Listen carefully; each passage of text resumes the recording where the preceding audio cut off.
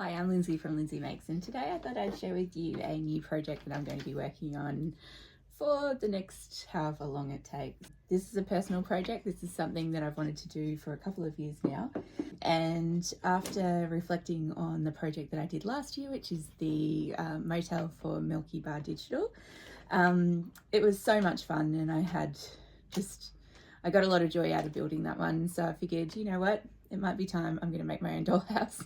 As my craft camp girls all know, this has been something that I've really wanted to do for a long time.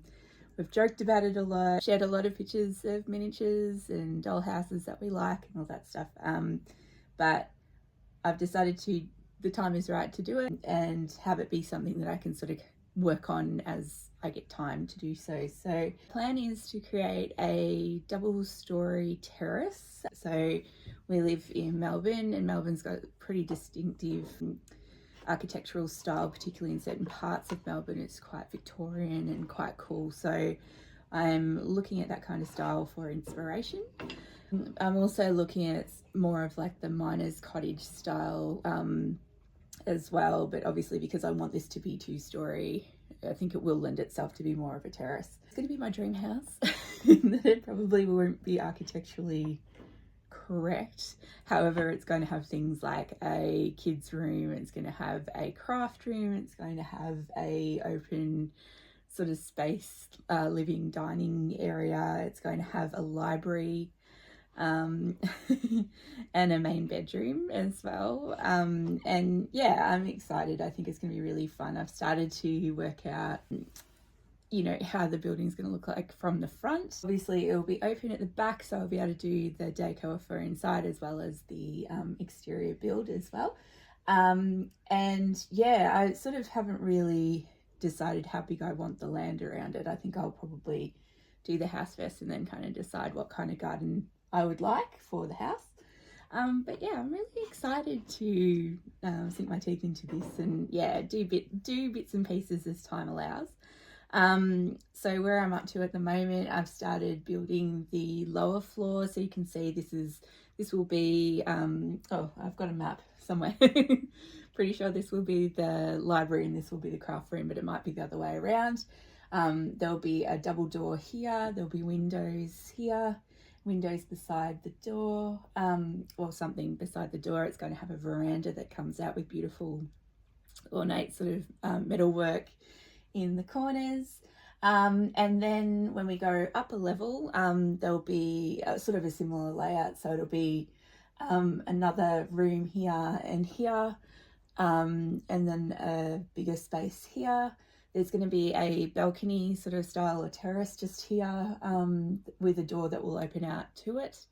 And yeah, and then I want to do some really cool like sort of ornate plasterwork style stuff for the top of the house to make it even more interesting. I think what I want to achieve with this is lots of detail, because I feel like that was the part I really enjoyed designing and making for the motel was, all the little detailed bits. Yesterday I went to a place I'm just trying to remember Bayswater, sorry, I just mental blank for a second, which has a whole heap of materials there that have been to an extent rescued. You can go in, you can purchase a bag like this, quite a decent sized bag, and fill it up, and the bag is just a set price. So it's a great place to go if you want to get sort of odds and ends for builds like this. I got a whole heap of wood for things like veranda posts, paneling, things like that. I got a whole heap of cardboard sort of stripping. This looks a little bit like upholstery strip, but that will be really handy for doing some of the detail stuff. I've got some corrugated cardboard, which is always very handy. And I am actually thinking about doing a corrugated iron roof, only because that feels very Australian. So yeah, that might come in handy for that, although I think the corrugations are a little bit too big at this point, but it doesn't matter. Some chicken wire. Not sure what I'll use for that yet, but yeah, it was cool. It was there. I grabbed it. A whole heap of like little cores from tapes and things, because I figured these might be really cool for like the kitchen and things like that. So yeah, you never know when they're going to come in handy. what I like about all this stuff is quite solid. I mean, I think a lot of the details can be made out of paper and things like that, but I want it to be playable and usable. So where possible, I'm going to try and use wood instead of cardboard and things like that. Not to say that I'm not going to use cardboard. Cardboard is fantastic for things like building out details and things like that. I think around windows and things, yeah, where there needs to be a little bit of definition or depth, that's going to be really handy as well. Got some paint.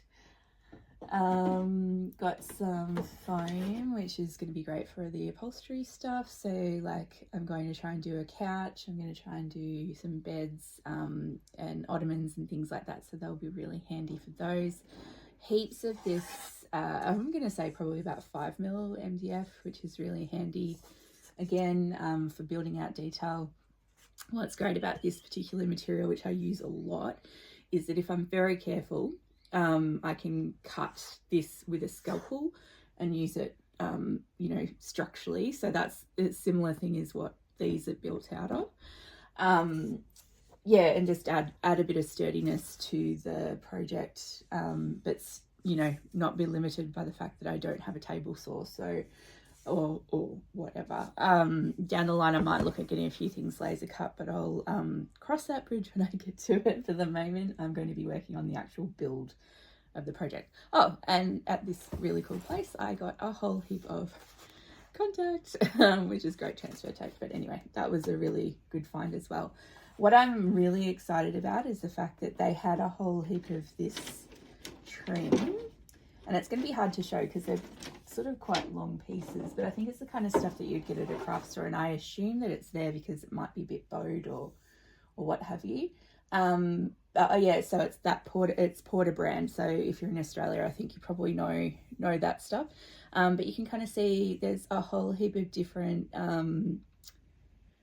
styles of trim. So I was thinking that would be so great for doing things like cornices and architraves, things like that. I've got a really cool, like, thin square or rectangular kind of strip, which will be, yeah, all these things will be just so handy. I sort of just grabbed a whole heap of different things. They had a lot there, so I think I'll try and go back once I have a better idea of how I will use this stuff. Oh yeah, this is a really good one because it's quite small.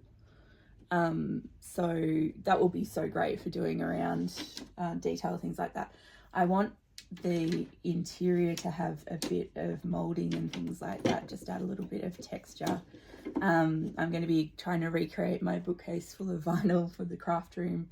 So yeah, all these things I think will come in super handy. But this is what I love about this kind of project, is that you can kind of reuse a whole heap of stuff that might not normally have had a purpose after being used and discarded, I suppose. So I'm pleased that a lot of this is from, you know, stuff that might have been destined for landfill.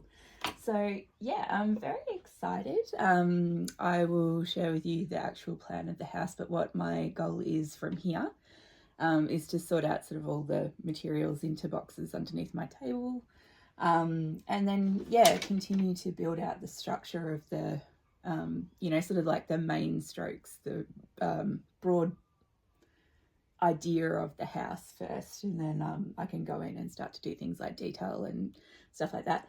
I have created a sketch to scale, so I can do things like cut out where the window will be, because obviously I want to be able to see through that to simulate glass or what have you. So that's really important as well.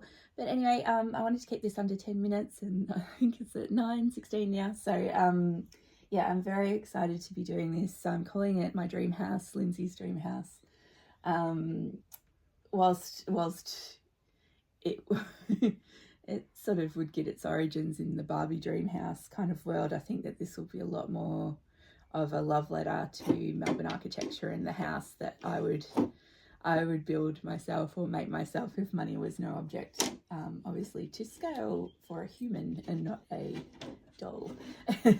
But yeah, I'm looking forward to this challenge. I'm looking forward to creating this.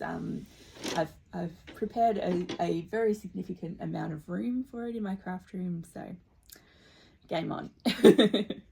Stay tuned.